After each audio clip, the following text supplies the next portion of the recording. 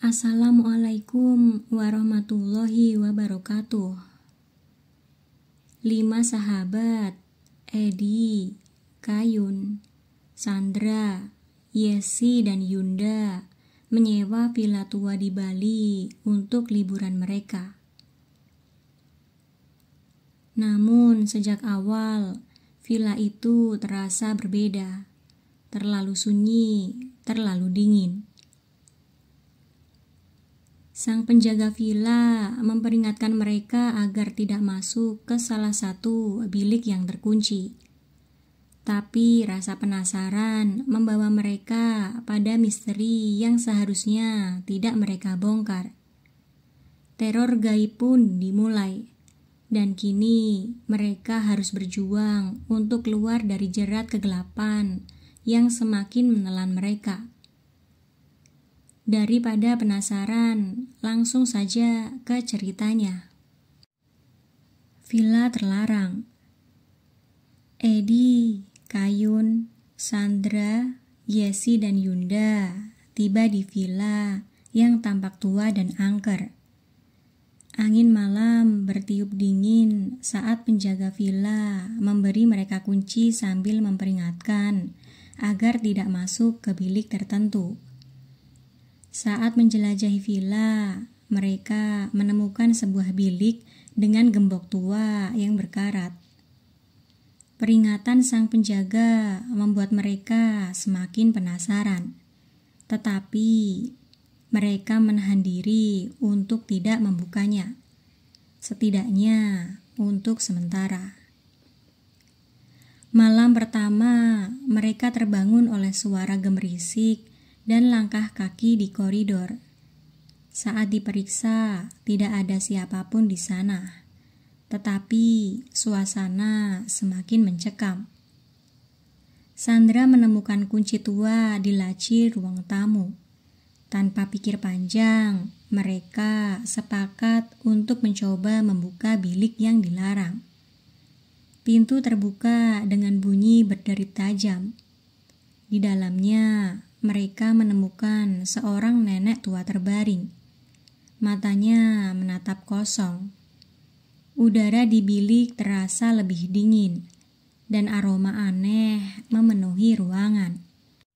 Nenek itu tersenyum tipis dan mulai berbisik sesuatu dalam bahasa yang tidak mereka mengerti. Tubuhnya gemetar, dan tiba-tiba lampu di seluruh villa padam. Saat mereka menyalakan senter, villa sudah tidak lagi sama. Dinding-dinding tampak lebih tua dan berlumut. Suara tangisan samar terdengar dari luar bilik. Sandra menyadari bahwa mereka telah melanggar batas yang seharusnya tidak dilewati. Tapi semuanya sudah terlambat. Mereka telah membuka gerbang ke sesuatu yang tak kasat mata. Kayun melihat sosok bayangan di sudut villa, tetapi saat ia mendekat, bayangan itu menghilang dan meninggalkan jejak tangan hitam di dinding. Penjaga villa akhirnya mengungkap kebenaran. Nenek itu dulunya adalah seorang penari ular yang memiliki ilmu leak. Ia dikurung agar tidak mencelakai orang lain. Namun, kelima sahabat sudah terlalu jauh terlibat. Setiap kali mereka mencoba tidur, suara bisikan dan tawa lirih memenuhi villa. Waktu terasa berjalan lebih lambat, seakan malam tak kunjung berakhir. Yesi mulai berperilaku aneh. Ia berbicara dalam bahasa yang asing, dan matanya tampak hitam pekat. Mereka sadar bahwa salah satu dari mereka telah dirasuki. Sandra melihat bayangan dirinya di cermin, tetapi bayangan itu bergerak lebih lambat darinya dan tersenyum menyeramkan sebelum menghilang.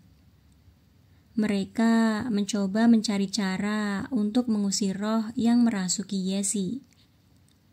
penjaga villa memberikan mantra kuno, tetapi memperingatkan bahwa ada konsekuensi yang harus mereka hadapi. Pagi tidak kunjung datang, dan Kayun tiba-tiba menghilang tanpa jejak. Mereka mulai kehilangan harapan. Eddie menemukan buku tua berisi sejarah villa itu. Dulu, villa ini adalah tempat pemujaan yang digunakan untuk memanggil makhluk dari dimensi lain. Nenek yang mereka temui di bilik sudah tidak ada lagi di ranjangnya. Sebuah suara berat terdengar dari sudut ruangan, seakan-akan sesuatu telah bangkit. Sandra mulai melihat sosok nenek itu berjalan tanpa menyentuh lantai. Tawa seraknya menggema di seluruh villa.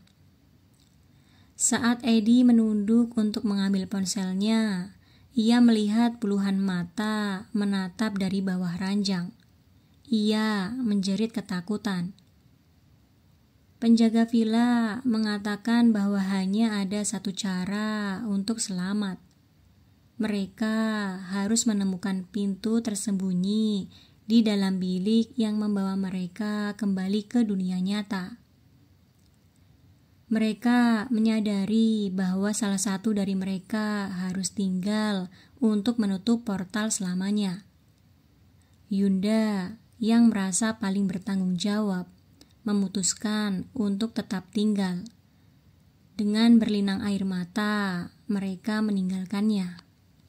Mereka keluar dari villa dan menemukan bahwa matahari sudah terbit.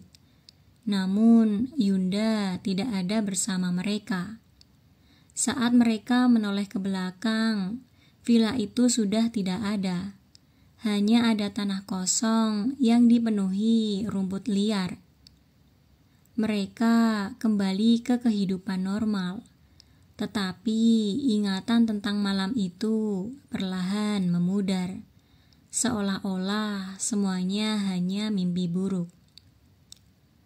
Eddie menemukan bekas luka di tangannya, tanda bahwa semua yang mereka alami adalah nyata. Suatu malam, Eddie menerima pesan dari nomor Yunda yang sudah tidak aktif. Pesan itu hanya berbunyi, "Jangan kembali." Sandra mulai bermimpi tentang villa itu lagi. Tetapi kali ini, ia melihat Yunda berdiri di depan bilik dengan senyum kosong. Saat mereka berkumpul kembali untuk mengenang Yunda, pintu rumah Eddie tiba-tiba terbuka sendiri. Udara dingin menyusup masuk.